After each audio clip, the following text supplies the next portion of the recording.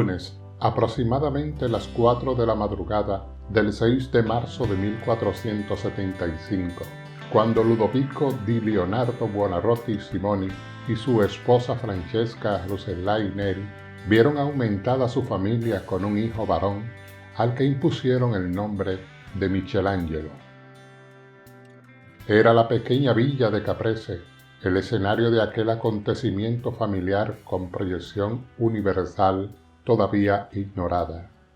En aquel entonces era alcalde de aquella villa el padre del recién nacido.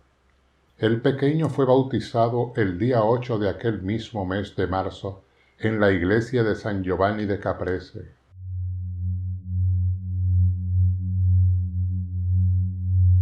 Seis años más tarde, la tragedia. Muere su madre. Esa terrible desgracia sumió al pequeño en una gran soledad, aliviada únicamente por el cariño de su anciana abuela, Monna Alessandra, que vivía con ellos. El pequeño Michelangelo creció entre canteras y trabajadores que se ganaban el sustento, trabajando duramente la piedra en los yacimientos de las laderas de Fiesole. La propia nodriza del infante pertenecía a una familia en la que todos los varones eran canteros. Fueron aquellos sencillos y rudos canteros quienes le enseñaron a dar los primeros golpes con la debida precisión. Entonces, aquellos macetazos eran solo sobre piedras con la que se iban a edificar iglesias y palacios. Luego los golpes serían sobre mármoles que debían tomar las más bellas formas.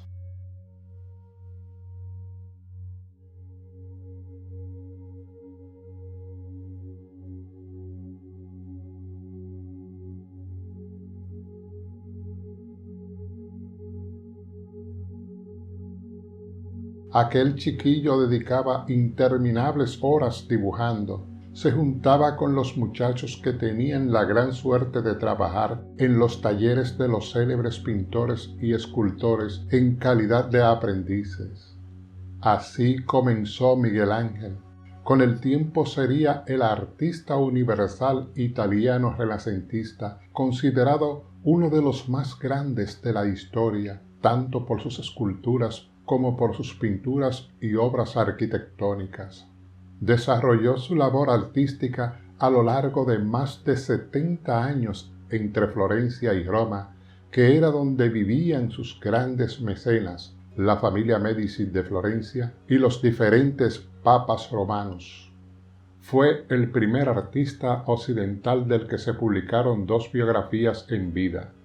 Vidas de los más excelentes pintores, escultores y arquitectos, de Giorgio Vasari, publicado en 1550, en su primera edición, en la cual fue el único artista vivo incluido, y Vida de Miguel Ángel Buonarroti, escrita en 1553 por Ascanio Codivi, pintor y discípulo de Miguel Ángel, que recoge los datos facilitados por el mismo Buonarroti. Fue muy admirado por sus contemporáneos, que le llamaban el Divino. Benedetto Barci, el 12 de febrero de 1560, le envió una carta en nombre de todos los florentinos, diciéndole, entre otras cosas: «Toda esta ciudad desea sumisamente poderos ver y honraros, tanto de cerca como de lejos. Vuestra excelencia nos haría un gran favor si quisiera honrar con su presencia su patria». Triunfó en todas las artes en las que trabajó, caracterizándose por su perfeccionismo. La escultura, según había declarado, era su predilecta y la primera a la que se dedicó. Luego, la pintura, casi como una imposición por parte del Papa Julio II, y que se concretó en una obra excepcional, la bóveda de la Capilla Sistina, y ya en sus últimos años realizó proyectos arquitectónicos. Fue autor de numerosas obras, de las cuales hoy en día se conservan entre 40 y 50 esculturas, 4 pinturas, varias decenas de dibujos y los frescos de la Capilla Sixtina y la Capilla Paulina.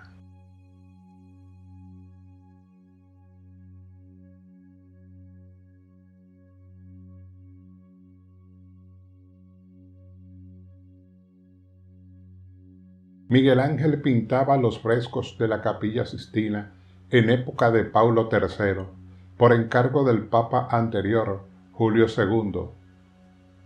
Paulo III no estaba muy de acuerdo con lo que hacía el pintor y algunas veces acudía a verlo trabajar y le hacía indicaciones, lo que molestaba evidentemente al genial Miguel Ángel.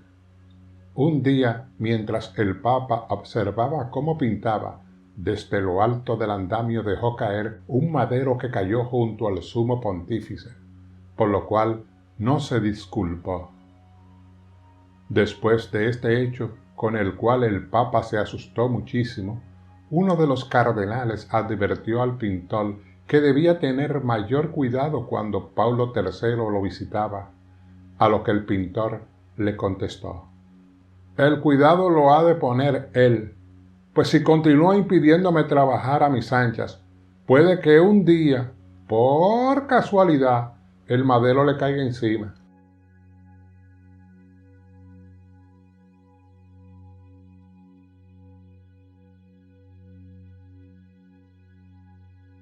Es bien sabido que al papá de Miguel Ángel le disgustaba que su hijo fuera pintor. Cuando era niño, tenía que dibujar y pintar a escondidas de él, hasta que un día éste lo sorprendió y montó en cólera. El niño, que siempre había respetado a su padre, le gritó: «¡No te muevas!» y comenzó a dibujarlo con el rostro contraído por la furia, mientras decía: «Es el enfurecimiento humano más hermoso que he visto».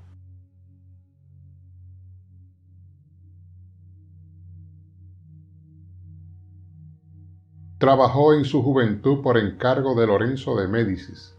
Hizo algunas estatuas para el jardín que Lorenzo el Magnífico tenía en Caregui.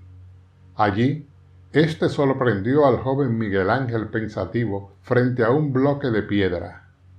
«¿Qué piensa?», le preguntó. «¿Me da esta piedra, señor?». «¿Para qué la quieres?». «Para decirle lo que pienso». Luego del consentimiento de Lorenzo, Miguel Ángel la estuvo trabajando hasta dejarla convertida en la cabeza de un sátiro.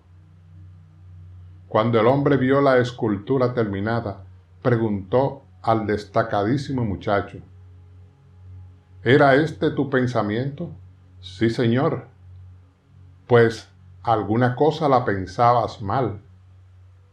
Por las arrugas que les ha puesto, es la cabeza de un viejo». «Sí, señor». «El viejo se ríe. Al reír se le ven los dientes.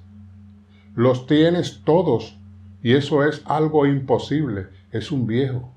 Sácale algunos dientes o quítale las arrugas». A Miguel Ángel no le gustaba la vida social.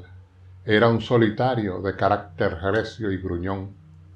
Más de una vez había reprochado al ya famoso Rafael Sanzio cómo perdía el tiempo en el trato superficial con los demás.